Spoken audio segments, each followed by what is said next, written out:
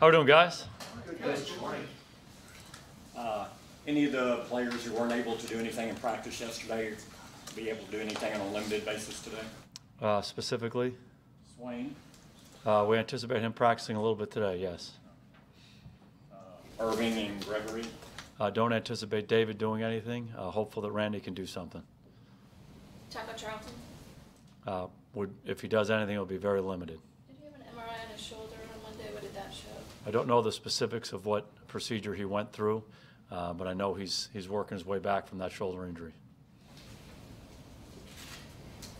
Unlikely he'll be able to do anything this week in practice for you. We'll just take it day by day. Feeling better today than he felt yesterday. Do you have any sense of the timeline on David? Not really. Not really. He's still, again, taking it day by day, but don't anticipate him doing anything today. What are the challenges of a short week coming back from a Monday night game? Obviously, you guys weren't in pads and helmets even yesterday. Yeah, just the fact that it's a shorter week, and you have one less day between the ball games, and the biggest thing is you have to get your eyes forward quickly. I think our team did a good job of that yesterday. It was a regular Wednesday schedule for us. The practice intensity was different than we typically do on Wednesday, just because we had just finished the game 36 hours before. So worked through everything like we typically would, but just in a different tempo. And now it's a regular Thursday for us. But the biggest thing is to put the last one behind you, regardless of what the result is, and get on to this next challenge. How did Ripman and the guys look at guard yesterday? Yeah, good competition between those guys. Again, we didn't do much from an intensity standpoint in practice, so today will be a better look at it. When you claimed Redmond, what did you guys like about him? His versatility to play both center and guard. He's a smart guy, and we just like what we saw on tape. He's a young player who's done some good things, but he's still in a developmental mode, and he's come in, he's very serious-minded, picked things up quickly, and has shown us that he could be one of the 7 active linemen on game day. So that's been a good thing for us. The Eagles lead the league in time of possession on Monday night. I think the Titans had about 9 more minutes than y'all did. What can you do to reverse that track and get back to that run game complete? Yeah, I think the biggest thing is understanding that all parts of your team have something to do with it. And a big part of the game the other night against Tennessee was their ability offensively to convert on third down. 11 out of 14 is a high number, and we've been pretty good playing third down defense this year. So we got to get off the field defensively, and then obviously you have to flip it around the other way. You have to extend drives offensively. Obviously your goal on offense is to score points first, but possessing the ball and converting third downs typically gives you a good chance to do that. So it all works hand in hand, and we just have to do a better job in each of the 2 phases.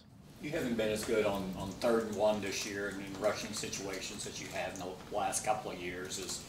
Do you look at that primarily as the changes you've made in the offensive line and in personnel, or is it your passing game is not hitting at a high enough efficiency to where that's viable? Well, the number's a little bit down, and we have to get better there. I think we've gone for a few of the 4th downs after those 3rd down misses and have converted on those. But your point's well made. We just have to be better in those situations, and probably a combination of things. I think if you look at each of them, sometimes we're not owning the line of scrimmage as well as we'd like. Maybe we didn't convert a throw in those areas. But those are critical, as you know, to keep drives alive and stay on the field. What do you think Dak has had some issues on third down this year? Yeah, again, it's a collective thing. It's our whole offense. At times been good on third down, other times not good enough. The other night was one of our better third down performances, 5 out of 11. We had 1 3rd and 6 that was called back that made a 3rd and 16. So, it's a challenging down and distance for everybody. Typically, you're better on third down if you're good on 1st and 2nd down, and those third downs are more manageable. We're no different than anybody else in that regard. So you want to be good on 1st and 2nd down. You want to make some first downs on 1st and 2nd down and keep those third downs manageable. But it's more than just the quarterback. It's everybody. We all got a piece of it.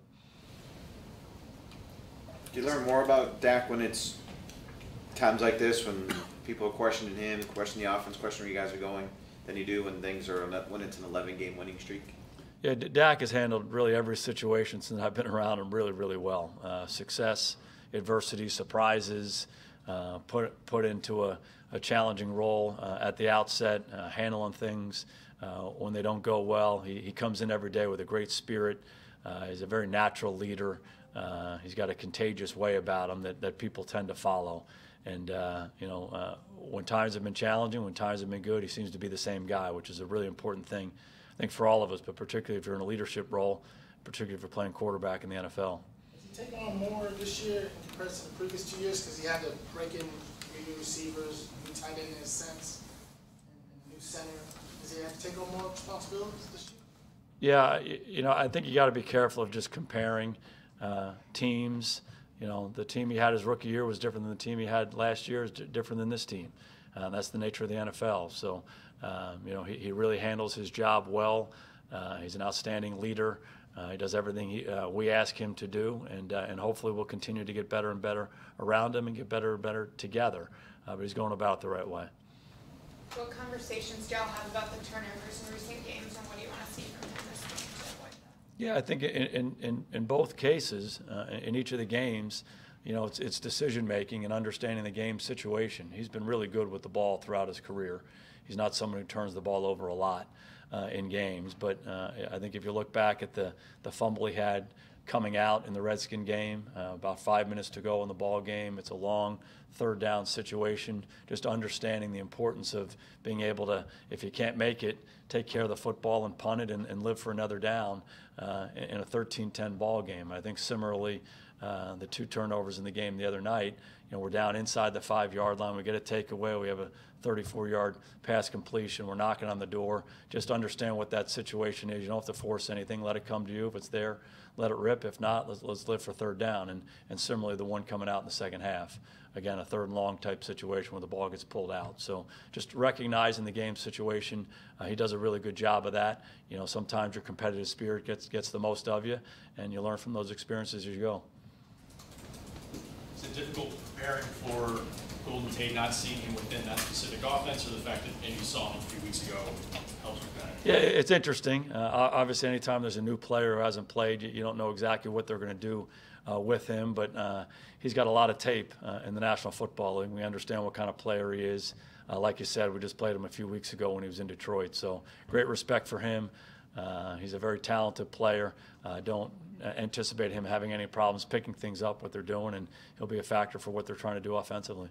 Was Goddard a player you guys were targeting there in the second round? Did they jump ahead of you guys and take him? I don't want to get into the specifics of the draft. He certainly was a player that we liked coming out. Very talented guy, one of the better tight ends in the draft. We felt really good about taking Connor Williams where we took him.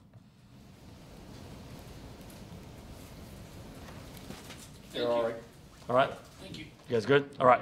Good to see you guys. See you, Coach.